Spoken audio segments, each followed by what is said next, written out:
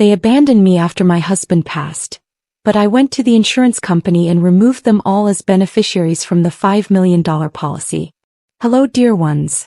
Please subscribe, comment a quick hi, and tell us where you're watching from. Now let's continue this journey together. The hospital smell still clung to my clothes when my phone buzzed. Austin had been gone for 6 hours. 6 hours since I held his hand as he took his last breath. 6 hours since my world shattered into a million pieces. Did he leave anything? My sister Rochelle's voice cut through my grief like a knife through butter. I stared at the phone, confused. What? The life insurance girl. How much was it? My throat tightened. I hadn't even called her to tell her Austin passed. How did she know? Rochelle, I just lost my husband. Can we? 5 million, right? That's what Mama said. When can we expect our share? The audacity knocked the air from my lungs. Austin and I had been married for 12 years. We built everything together. Our home, our dreams, our life. And now, before his body was even cold, my family was circling like vultures. I have to go, I whispered. Wait, Diane. We need to talk about the funeral costs. Mama thinks we should split. I hung up. My hands trembled as I looked around our bedroom. Austin's reading glasses still sat on his nightstand. His cologne bottle, nearly empty because I kept forgetting to buy him a new one. God, I'd never buy him cologne again. The phone buzzed again. Then again. Text after text flooded in. My brother Devin. My mother. My Aunt Sheila. Even my cousin Tamika, who I hadn't spoken to in 3 years. Everyone wanted to know about the money. Nobody asked how I was doing. The funeral home felt cold despite the summer heat outside. I sat in the planning room with Mr. Peterson, the funeral director, choosing a casket for the man I loved more than life itself. This mahogany option is beautiful, Mr. Peterson said gently. Very dignified. I nodded, tears streaming down my face. My phone wouldn't stop ringing. I turned off the sound, but I could see it lighting up on the table. 14 missed calls. I'm sorry, I told Mr. Peterson. My family keeps.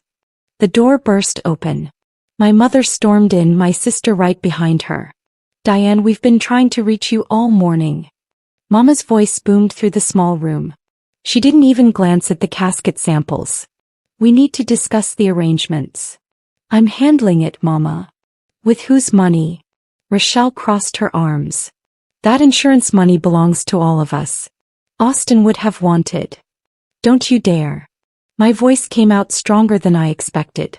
Don't you dare tell me what Austin would have wanted. Mr. Peterson quietly excused himself, sensing the tension. Mama sat down heavily. Baby, we're family. Austin knew that policy would take care of all of us. He told me himself at Christmas that he wanted to make sure we were provided for. My stomach twisted. Austin had never said that. He'd specifically told me that the policy was for us. For me, if anything happened to him, for our future children, for the life we were building. The policy has my name on it, I said quietly. And our siblings' names as secondary beneficiaries only in case something happened to both of us. Exactly. Rochelle pounced. So we're entitled. I'm not dead, Rochelle. The silence that followed was deafening. Attorney Richardson's office smelled like leather and old books. I sat across from him, flanked by my entire family. They'd all shown up for this. The people who couldn't be bothered to visit Austin during his 2-year battle with cancer. Let's begin. Mr. Richardson adjusted his glasses. The last will and testament of Austin Anthony Sullivan. I clutched my purse, Austin's wedding ring on a chain around my neck. He'd lost so much weight at the end that it kept sliding off. To my beloved wife, Diane Marie Sullivan, I leave everything. My entire estate, including our home, all bank accounts, investment portfolios, and the proceeds from my life insurance policy. She is the love of my life, my best friend, and the only person who stood by me until the very end. The room erupted. That's not right. Devin jumped to his feet. He promised us. There must be another will, Mama insisted. Austin wouldn't do this. We're his family. I was his family. The words exploded from me. Where were all of you when he was in chemo? When he couldn't keep food down? When he was scared and in pain. Rochelle's face twisted. We had our own lives, Diane. We couldn't just drop everything. I dropped everything. I left my job to take care of him. I held him when he cried. I cleaned him when he couldn't do it himself. I sat with him through every single treatment while you all were too busy. Mr. Richardson cleared his throat. Mrs. Sullivan, there's more. Your husband left specific instructions. He wrote, if my family causes Diane any grief regarding my estate, she has my full blessing to protect herself and our assets by any means necessary. I looked at those words on the paper, Austin's signature at the bottom, and something inside me shifted. The first brick came through my window at 2 a.m, 3 days after the will reading. I called the police, shaking in my nightgown, glass scattered across the living room floor. The officer who responded was young, sympathetic. Any idea who might have done this, ma'am? I knew. But I couldn't prove it. The next morning I found my car keyed. Someone had scratched "selfish bitch" across the driver's side door. My mailbox had been knocked over. Dead flowers were scattered across my porch. My phone never stopped.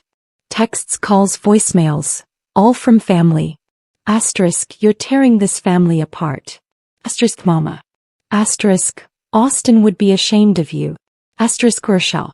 Asterisk, we know where you live. Asterisk, unknown number.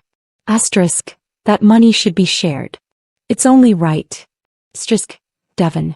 I sat at my kitchen table, the same table where Austin and I had eaten breakfast every morning for 12 years, and I started making a list. Everyone who'd called about money before asking about me. Everyone who'd missed the hospital visits. Everyone who was suddenly family now that Austin was gone. My phone rang again. Aunt Sheila. Diane, honey, I know you're grieving. Her saccharine voice made my skin crawl. But your cousins really need help with their rent. Just a small loan from the insurance money. 20,000? You'd barely miss it. The insurance hasn't even paid out yet, Aunt Sheila. But when it does, you'll help family, right?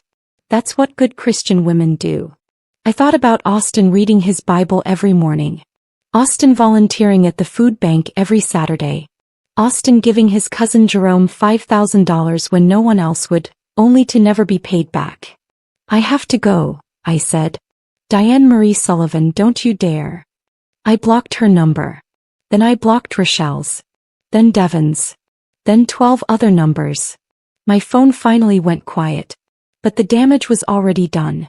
I found Austin's journal 3 weeks after the funeral. It had slipped behind the nightstand, leather-bound and worn from years of his thoughts. My hands shook as I opened it.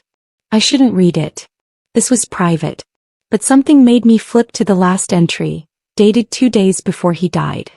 Asterisk, I'm scared but not of dying. I'm scared for Diane. My family has shown their true colors these past 2 years. Mom asking for money while Dee was sleeping in a hospital chair. Rochelle complaining that Dee wasn't answering her calls fast enough. Never mind that I was in ICU. Devon never visiting once but texting about investing opportunities for when the insurance pays out. Asterisk. Asterisk, they think I don't know. They think I'm too sick to see what's happening. But I see everything. I see Dee's exhaustion. I see her sacrifice. I see her love. Asterisk. Asterisk, I made Dee the sole beneficiary on everything. I had to fight the insurance company because Mom and my siblings were originally secondary beneficiaries. But I removed them all last month. Dee doesn't know yet. I'll tell her when I'm stronger. Asterisk. Asterisk, if she's reading this, it means I didn't get that chance. Baby, listen to me, you owe them nothing. Nothing. That money is yours. Our money. For the life we planned. For the future you still have ahead of you. Asterisk. Asterisk, don't let them guilt you. Don't let them manipulate you. They didn't earn a single dollar of that policy. You earned it by loving me unconditionally. Asterisk. Asterisk, protect yourself, my love. I wish I could protect you myself. Sis. The journal fell from my hands as I sobbed. Great, heaving sobs that came from the depths of my soul. He knew. Austin knew what would happen. And he tried to protect me even from his deathbed. The doorbell rang. I ignored it. It rang again. Then knocking. Then pounding. Diane. Open this door. Mama's voice. I walked to the door but didn't open it. Go away. Your brother needs money for his child support. You're going to let your nephew suffer. Devin hasn't paid child support in 4 years. This isn't about his son. How dare you judge? Austin removed you all from the insurance policy. The words came out cold clear. Months ago. Before he died. You were never going to get anything. The pounding stopped. Then, you lying bitch. You changed it. You manipulated him when he was weak. I pressed my forehead against the door. Believe what you want. But it's done. Leave me alone. This isn't over. But it was. I knew what I had to do. The Sterling Insurance Company occupied the 15th floor of a downtown high-rise. I'd been here once before with Austin when we increased his coverage 5 years ago. Back then we'd been so happy planning for a future that would never come. Mrs. Sullivan, the claims representative, a kind-faced woman named Patricia, greeted me warmly. I'm so sorry for your loss. I have your husband's file here. She slid papers across her desk. The policy is for $5 million, as you know. Processing typically takes 30 to 60 days. But given the clear documentation, we're prepared to expedite. I stared at the beneficiary section. My name. Only my name. When did my husband make the final changes to this policy? Patricia checked her computer. March 15th. About 6 months ago. He came in personally, quite insistent about the modifications. He removed 4 secondary beneficiaries, your mother-in-law, brother-in-law, and 2 sisters-in-law. March 15th. Right after his first hospitalization. When my family started asking about the policy details. Did he say why? Patricia's expression softened. He said, and I quote, "My wife is the only one who deserves this. Everyone else can figure out their own lives." We had him sign multiple documents to ensure there'd be no contest. I felt tears coming again. Thank you. Mrs. Sullivan, I need to inform you that we've received several calls from people claiming to be beneficiaries. Your mother has called twice. Someone named Rochelle called 4 times demanding information. My chest tightened. They have no legal claim. We know. We've told them as much. But legally, I need to inform you they're attempting to contest.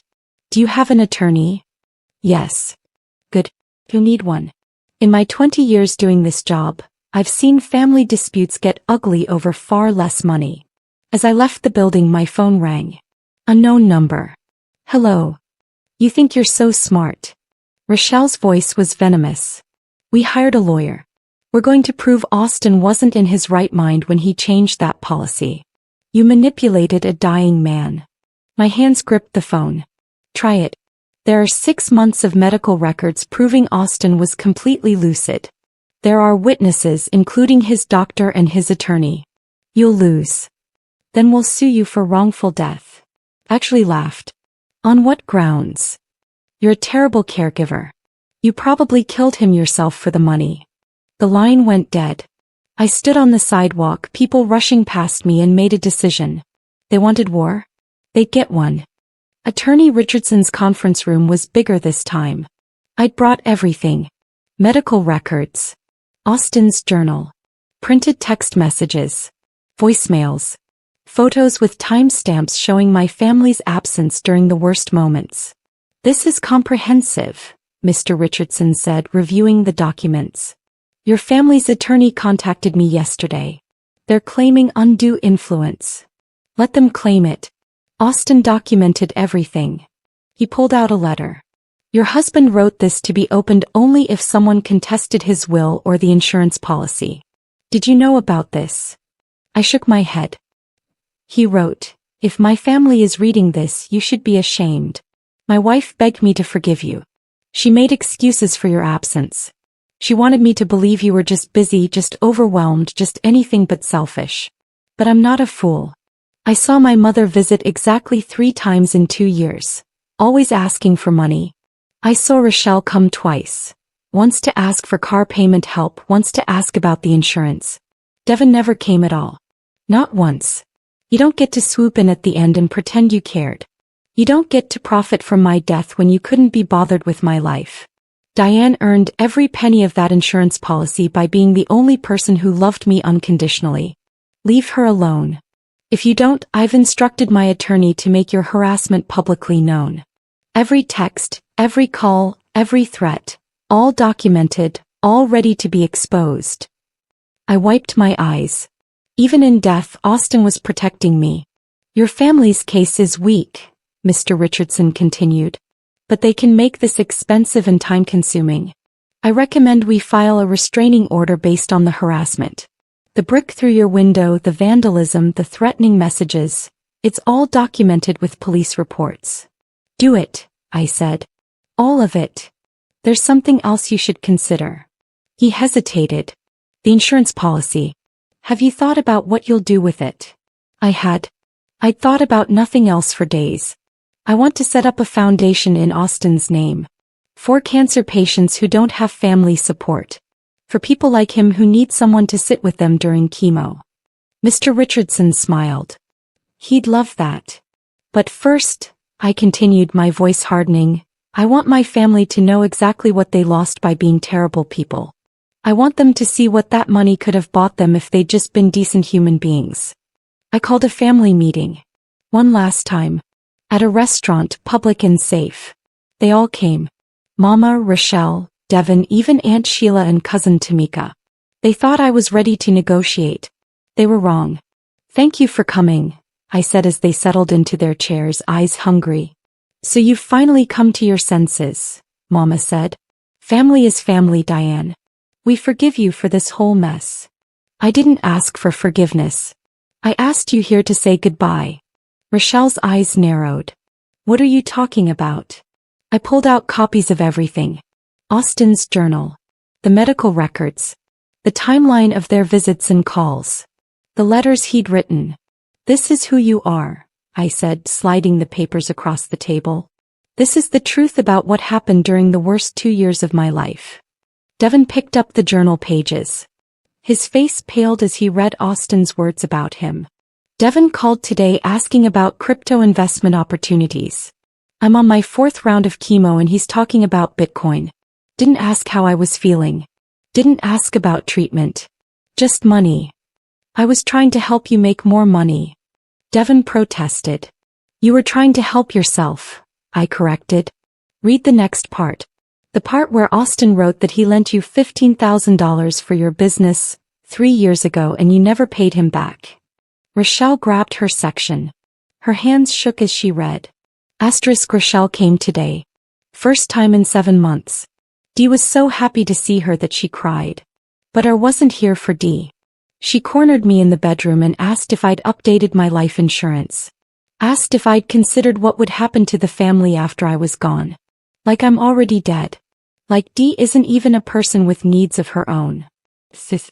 That's not how it was. Rochelle's voice cracked. Then how was it?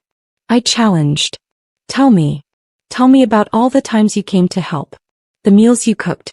The nights you stayed so I could sleep. The doctor appointments you attended. Silence. Mama snatched the papers. I'm your mother. I raised you. You owe me. I owe you nothing. My voice rose. You visited 3 times in 2 years. 3 times. And every single time you asked Austin for money. The restaurant had gone quiet. Other diners were watching now, but I didn't care. Mama's face flushed. How dare you disrespect me in public? After everything I've done. What have you done? I stood up, all the rage and grief pouring out. Tell me. Tell everyone here what you did for your dying son-in-law. I prayed for him. You prayed from your living room while I held his hand through every treatment. You prayed while I watched him waste away. You prayed while I sacrificed everything. Aunt Sheila tried to intervene. Diane, honey, you're upset. You're not thinking clearly. I'm thinking more clearly than I have in months. I turned to her. You want to talk about family? You didn't even come to the funeral. You sent a text. A text saying, sorry for your loss, call me about the insurance. Tamika at least had the decency to look ashamed. Austin knew, I continued, my voice breaking. He knew exactly what you all were. He protected me from you even though I begged him not to. I made excuses for you. I defended you. I pulled out the final document. The legal restraining order. This is a cease and desist. If any of you contact me again, calls, texts, emails showing up at my house, you'll be arrested for harassment. I have documentation of everything. The threats. The vandalism. The attempts to intimidate me. Devon stood up. You're making a huge mistake. We're your family. No, I said quietly. You're my relatives. Family shows up. Family cares. Family doesn't circle like vultures when someone dies. What about the money? Rochelle's mask finally dropped. You can't keep it all.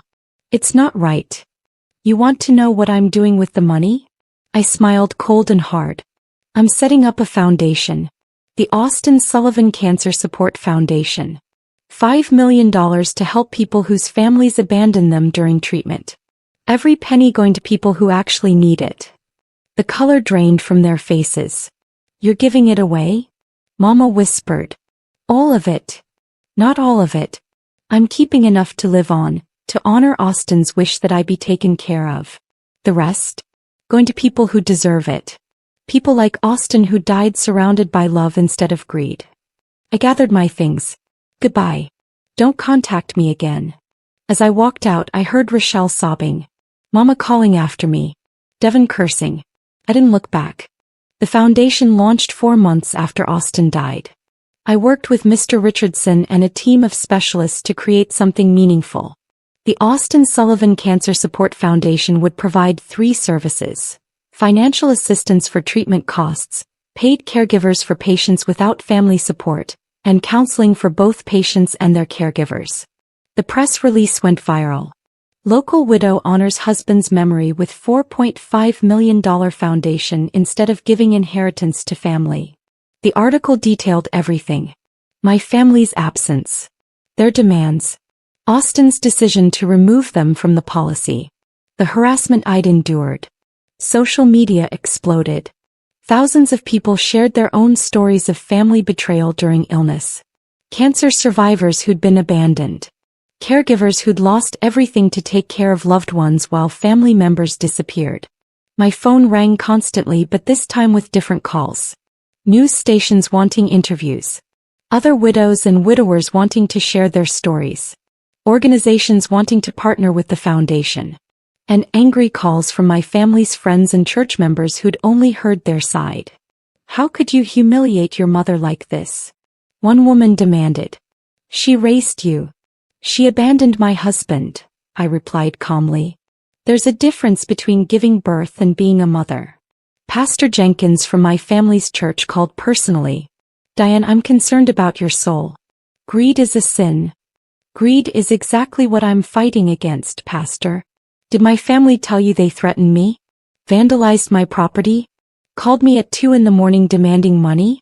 Or did they just tell you I'm keeping their inheritance? He paused. They said you manipulated Austin. Austin removed them from his insurance 6 months before he died. I have his journal, his letters, medical records proving he was of sound mind.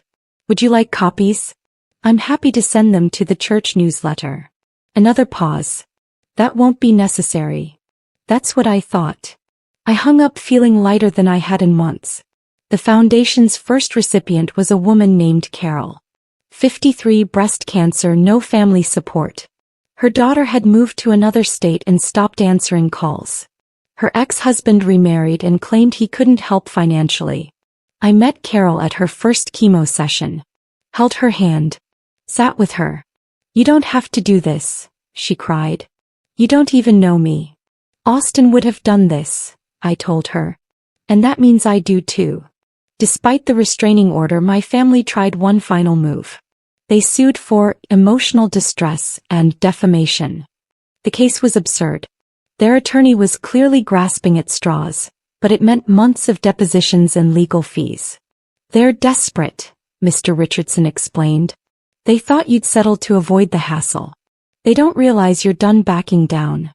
During my deposition, Rochelle's attorney tried to paint me as cold and calculating. Mrs. Sullivan, isn't it true that you isolated your husband from his family during his illness? No. His family isolated themselves. Would you like to see the hospital visitor logs? Austin was there for 87 days total. I was there for all 87. His mother visited 3 times. His siblings never came once. You prevented them from visiting. I prevented nothing. I begged them to come. I have text messages proving it. Would you like to see them? He shifted tactics. The foundation. Isn't it just a tax shelter? It's a registered 501(c)(3) nonprofit with full transparency.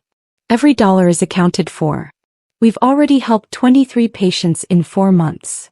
Very convenient. Make yourself look like a hero. I'm not a hero. I'm a widow honoring her husband's memory. Your clients are people who harassed me, threatened me, and tried to profit from my husband's death. Those are facts, not opinions. The attorney for my family looked frustrated. Your Honor, Mrs. Sullivan is clearly hostile. Mrs. Sullivan is clearly telling the truth, the judge interrupted. And frankly, I'm losing patience with this case. Do you have any actual evidence of wrongdoing, or are we wasting the court's time? 3 weeks later, the case was dismissed with prejudice. The judge ordered my family to pay my legal fees, over $60,000. They tried to appeal. It was denied. I received one final call from Mama. He was crying. You've destroyed this family, Diane. Your father would be ashamed. My father had died when I was 12. He'd been a good man, nothing like the family he'd left behind. Daddy would be proud of me, I said softly. He'd be proud that I stood up for myself, that I honored Austin, that I'm helping people. You're helping strangers instead of family. Because strangers are kinder than my family ever was. I hung up for the last time. 1 year after Austin died, the foundation had grown beyond anything I'd imagined. We'd helped over 200 patients, provided thousands of hours of caregiver support, connected people with resources they didn't know existed. The donations poured in from across the country. People who'd lost loved ones to cancer. Survivors who'd been abandoned. Caregivers who understood the exhaustion and isolation.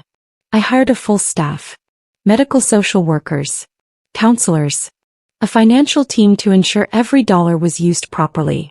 And I volunteered at the chemo center 3 days a week. Sitting with patients who had no one else. Holding hands. Listening to fears. Being the person I wished Austin had more of besides just me. One afternoon I met a young man named David. 28, colon cancer. Parents who'd disowned him years ago for being gay. I'm alone, he told me, tears streaming down his face. I'm going to die alone. No, you're not, I promised. I'm here. We're here. I sat with David through 6 months of treatment. Drove him to appointments. Helped him navigate insurance nightmares. Was there when he got the news he was in remission. You saved my life, he said at his last treatment. You saved your life. You fought. You survived. I just made sure you didn't have to do it alone. He hugged me tight. Austin was lucky to have you. I was lucky to have him. That night, I visited Austin's grave for the first time in months. I'd been avoiding it, couldn't handle the finality. I did it, I told the headstone. The foundation is real. We're helping people. You'd be so proud of what we've built. The wind rustled through the trees. If I closed my eyes, I could almost feel Austin there. I miss you every single day. But I'm okay now. I'm finally okay. I placed fresh flowers on his grave, sunflowers his favorite, and walked back to my car. My phone buzzed. A text from David. Just got invited to my sister's wedding. First time she's spoken to me in 5 years. She said seeing what you did for me made her realize what family should be. Thank you. I smiled through tears. This was why. This was what Austin wanted. Not revenge, not punishment, just proof that love was stronger than greed. 2 years after Austin died, I sold our house. Too many memories. Too much grief trapped in those walls. I bought something smaller, simpler. A fresh start. The foundation was thriving. We'd expanded to 3 cities, helped over 500 patients, and raised an additional $2 million through grants and donations. I'd written a book about caregiving and grief. The proceeds went to the foundation. It became a bestseller not because of my writing but because so many people saw themselves in the story. I received hundreds of letters. Some from people who'd been abandoned by family during illness. Some from people who'd done the abandoning and wanted to make amends. One letter came from someone unexpected, Rochelle. Dear Diane, I know you won't believe me, but I'm sorry.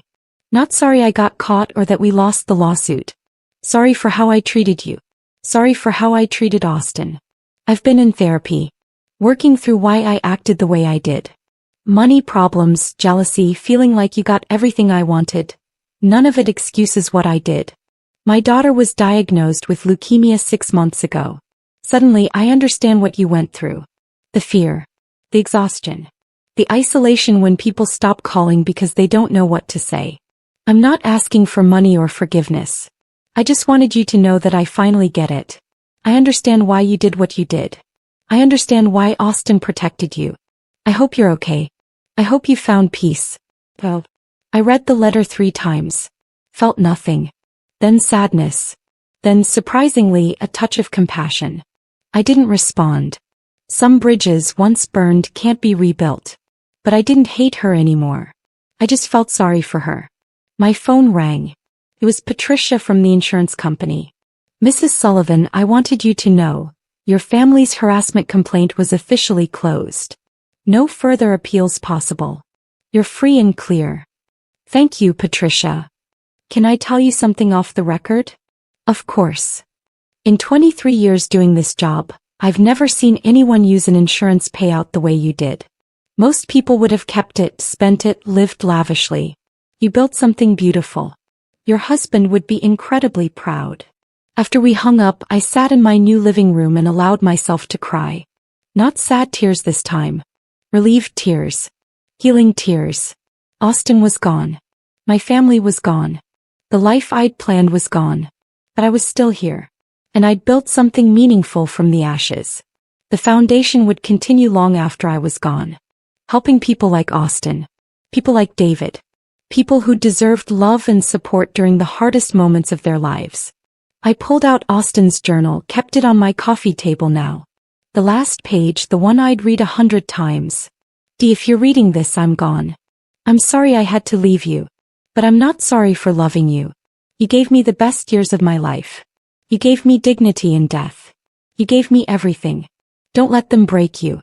Don't let anyone make you feel guilty for protecting yourself. You deserve happiness. You deserve peace. You deserve a future. Live for both of us. Love again if you can. But never forget that you were the greatest blessing of my life. Thank you for being my person. I closed the journal and looked out the window. The sun was setting, painting the sky in shades of orange and gold. Tomorrow I'd go back to the foundation. I'd sit with another patient who needed someone. I'd answer more letters. I'd continue building Austin's legacy. But tonight I let myself rest. I'd fought the battle. I'd won the war. Not because I kept the money or cut off my family, but because I'd chosen love over bitterness. Purpose over revenge. My phone buzzed one last time. A text from David, 2 years cancer-free today. Taking my boyfriend to dinner. You should see how my family showed up for him when he met them. Your foundation didn't just save my life. It taught my family how to love. Thank you will never be enough. I smiled, genuine and warm. Maybe thank you wasn't enough. But it was everything. If this story touched you, please share it with someone who needs to hear it. And if you're caring for a loved one right now, know that you're not alone. You're seen. You're valued. You matter. Sometimes the family we choose is stronger than the family we're born into. And sometimes, the greatest inheritance we can leave is showing others what true love looks like. Rest in peace to all the Austin Sullivans of the world, and strength to all the Dianes still fighting.